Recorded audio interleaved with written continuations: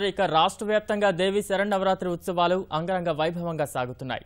వివిధ రూపాలు అలంకరణలో దర్శనమిస్తున్న అమ్మవారిని భక్తి ప్రపత్తులతో కొలుస్తున్నారు.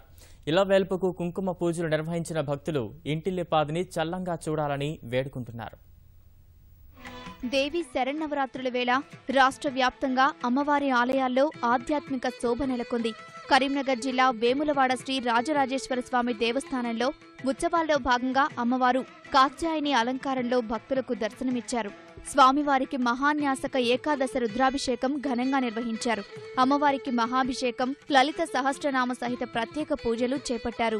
ఆదిలాబాద్ జిల్లా భైంసాలో శరన్నవరాత్రులు అంగరంగ వైభవంగా నిర్వహిస్తున్నారు.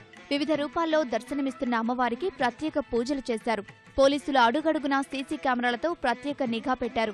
కరీంనగర్ జిల్లా మెట్పల్లిలో బోనాల ఊరేగింపు కన్నుల పండువగా సాగింది.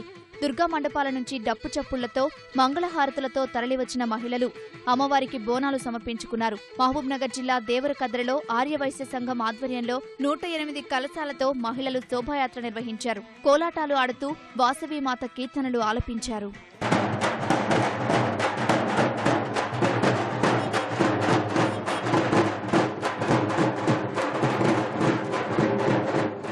కరీంనగర్ గిద్దె పెరుమాళ్ల స్వామి ఆలయం దసరా ఉత్సవాలకు ముస్తాబవుతోంది.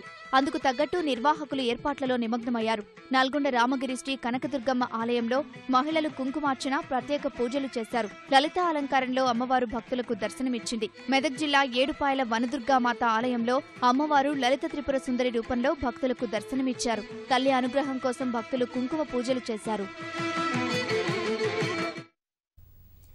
విజయవాడ ఇంద్రకీలాద్రిలో శరన్నవరాత్రి ఉత్సవాలకు భక్తులు పోటెత్తారు. అమ్మవారి జన్మ నక్షత్రమైన మూల నక్షత్రం కావడంతో భారీగా తరలివచ్చారు.